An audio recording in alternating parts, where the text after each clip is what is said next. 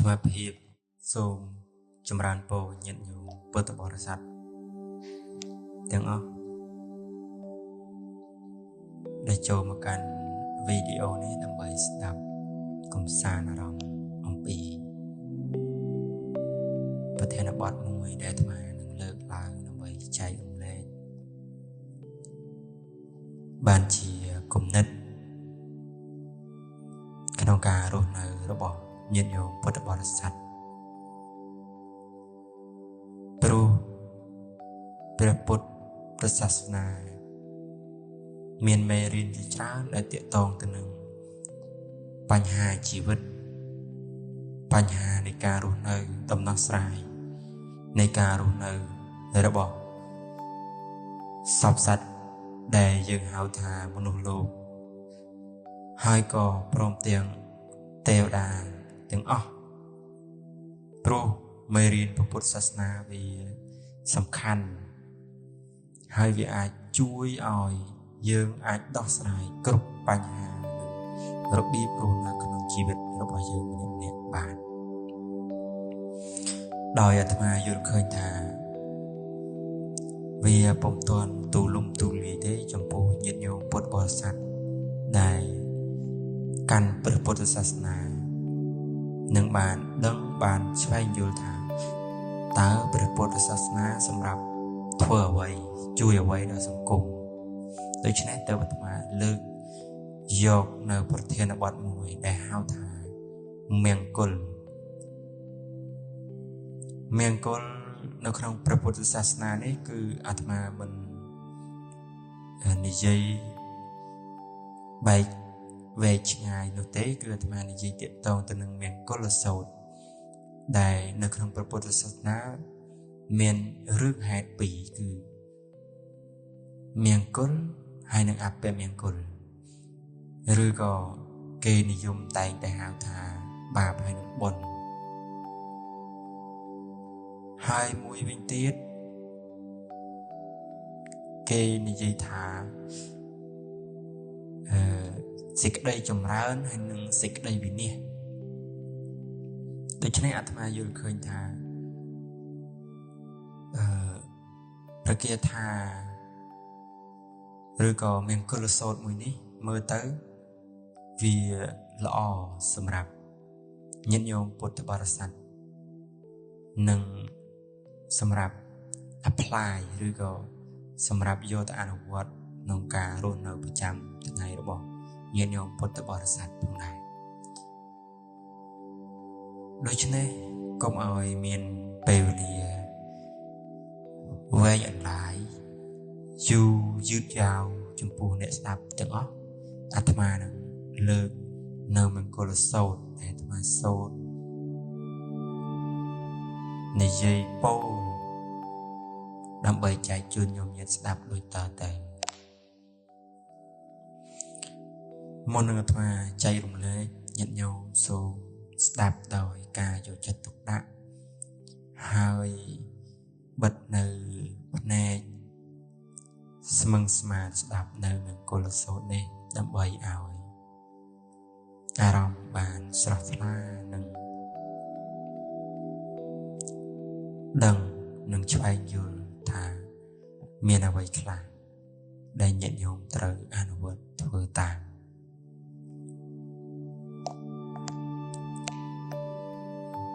សូត្រនេះឈ្មោះមង្គលសូត្រគឺខ្ញុំឈ្មោះអានន្ទបានស្ដាប់មកហើយយ៉ាងនេះថាសម័យមួយព្រះដ៏មានព្រះភក្ត្រទ្រង់គង់នៅក្នុងវត្តចេតពុនជាអារាមរបស់អនាថបណ្ឌិកសេដ្ឋីទៀបក្រុងសាវត្ថីលំដាប់នោះឯងមានទេវតាអង្គមួយឬក៏យើងហៅថាទេវតាមួយអង្គការដែលរាត្រីបឋមយាមកន្លងទៅហើយមានរស្មីដល់ល្អញ៉ាំងវត្តចេតពុនឲ្យភ្លឺស្វាងពេលនោះព្រះដ៏មានព្រះភក្ត្រទ្រង់គង់នៅក្នុងទីណាទេវតាក៏ចូលទៅក្នុងទីនោះ ដើម្បីថ្វាយបង្គំចំពោះព្រះដ៏មានព្រះភិក្ខហើយទូលសួរព្រះដ៏មានព្រះភិក្ខថាទេវតានិងមនុស្សទាំងឡាយជាច្រើនបានប្រាថ្នានៅសិរីសួស្តី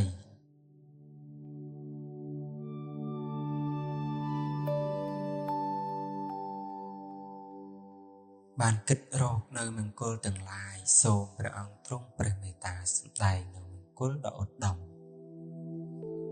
ព្រះដ៏មានព្រះភិក្ខទ្រង់ត្រាស់សម្ដែងតបនៅពាក្យទេវតានោះដោយពុទ្ធភាសិតថាអសេវនាចពាលានំបណ្ឌិតានញ្ចសេវនាពោជាចពោជនីយានំអេតមៀងកលមោតមៈព្រះអង្គទ្រង់បញ្យល់ប្រាប់ថានេះនៅក្នុងគាថាទី1ទ្រង់ពោលថាកិរិយាមិនសេពគប់នៅបុគ្គលពាលទាំងឡាយកិរិយាសេពគប់នៅបុគ្គលជាបណ្ឌិតទាំងឡាយមួយ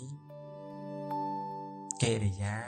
បូជាចំពោះបុគ្គលដែលគួរបូជាទាំងឡាយមួយទាំង3នេះជាមានគោលដ៏ឧត្តមនៅក្នុងបច្ចុប្បន្នយើងតែងតែឃើញថាការសេពគប់វាសំខាន់ដូច្នេះទៅព្រះអង្គទ្រង់សម្ដែងនៅមង្គលទី1ដែលមង្គលដំបូងគេគឺនិយាយអំពីការសេពគប់នឹងតែម្ដងវាសំខាន់ណាស់តែយើងកាលណាតែយើងសេពគប់បុគ្គលពៀនវាយ៉ាងម៉េចពេលប្រកាសណាស់វាជារឿងដែលងាយស្រួលធ្វើគឺយើងប្រកាសជាទៅរកបុគ្គលពៀនហ្នឹងទៅរកហ្នឹងមានន័យថាការប្រព្រឹត្តរបស់យើងគឺបែបពៀលហ្នឹងឯង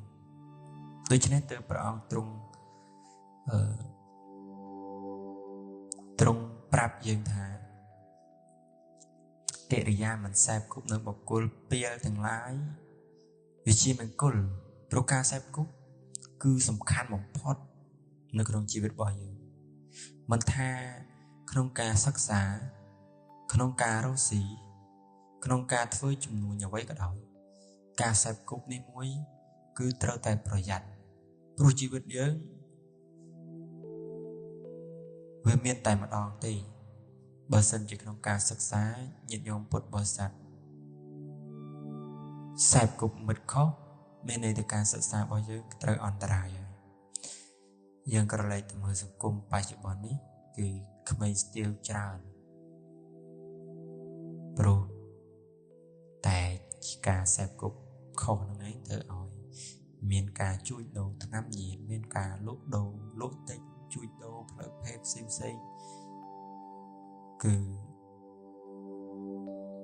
ធ្វើឲ្យអន្តរាយដែលហៅថាវិនាសតែបើសិនញាតិញោមពុទ្ធបរិស័ទមានការសេពគប់ត្រឹមត្រូវគឺកិរិយាសេពគប់បុគ្គលជាបណ្ឌិតទាំងឡាយវាជាមង្គលនេះជាពុទ្ធដីកាយើងគួរតែអនុវត្តតាមសាកលោមើលថាតើយើងអាចអនុវត្តហើយយើងនឹងទទួលបានលទ្ធផលអ្វីខ្លះហើយបន្ទាប់មកគឺជាកិរិយាបូជាដល់បុគ្គលដែលគួរបូជាទាំងឡាយមូលហេតុអីដែលគេហៅដែលព្រះអង្គទ្រង់ចាំបាច់អីត្រូវពោលនៅមង្គលត្រូវសម្ដែងប្រាប់ដល់ទេវតានៅមង្គលថាបូជាដល់បុគ្គលដែលគួរបូជាវាជាមង្គលកិរិយាបូជាដល់បុគ្គលដែលគួរបូជាជាមង្គលនោះគឺព្រះអង្គទ្រង់ចង់និយាយត្រង់នេះថាបូជាគឺជាការដែល dân này giấy ai lấy cứ chỉ cả broken cả chun cả áo ở vậy đó bố chia được trong này ní cứ chỉ cả lẽ bong rồi bỏ bị khốn bỏ ở những đất tây kể để giá bố chia đòi một cô để cô bố chia cứ trong miền này chẳng hai dân mơ phơi mấy tiết đóng bấy đơn thang một cô mùi ná đại dân cô bố chia một cô mùi ná đại mình cô bố chia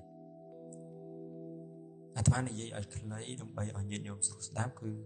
một cô mùi ná đại dân cô lẹ bằng áo một cô mùi ná đại dân mình cô lẹ bằng áo ô thì họ nó không dùng cùng bay chỉ bọn nhẹ đại miền chịu hiệp khoa khát theo cả sắc xa đến sốt bục cô mùi nút nhiệt nhông bột bò sát cú tại liệt bong cú tại chuối cốt cung trùng pu cả sợ xa bò bộ kề nên cứ chỉ bục cô là dừng cú bồ chìa anh ấy tớp chìa miệng cô lắm nhiệt nhông bột bò sát bồ chìa đôi chân ấy tớp chìa miệng cô mù là đây bạn chìa miệng cô đôi xa tại bục cô lúc khoa khát dừng trâu tại bồ chìa Rokana tại dân mình chui bô chia mình chui lẽ bong mình chui đo là oi quá tí còn đừng khai từ chia mình nó để bắt bóng cả sắc xá ấy còn đừng bà cháy được trong cả sắc xá đối chứ nè còn đừng khai từ chia dù chút khai từ chia tầm piêng mình hết đấy còn mình cả sắc xá mình cho nên đắng thôi ơi cố nước duy dần mày cả na đây để sẵn cung kênh này sẽ xa kênh này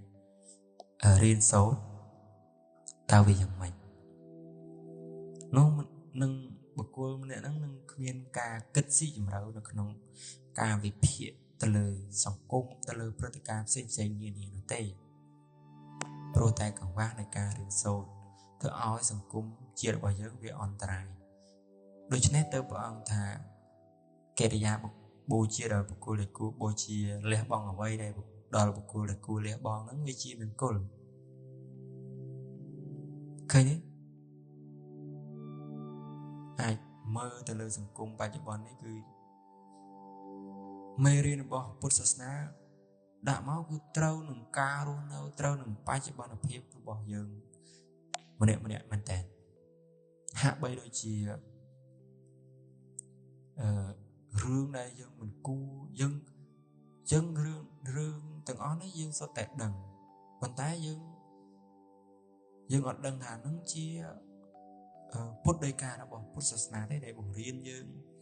cứ lo mình tẹt prapi flow prapi đầm na đây chỉ vật để ca sai cô prapi cô thợ tiên đâu mà cô là cô thợ lia bong đâu mà cô là cô lia bong cứ lo mình tẹt hai dân từ mơ kia thả và tọp tiết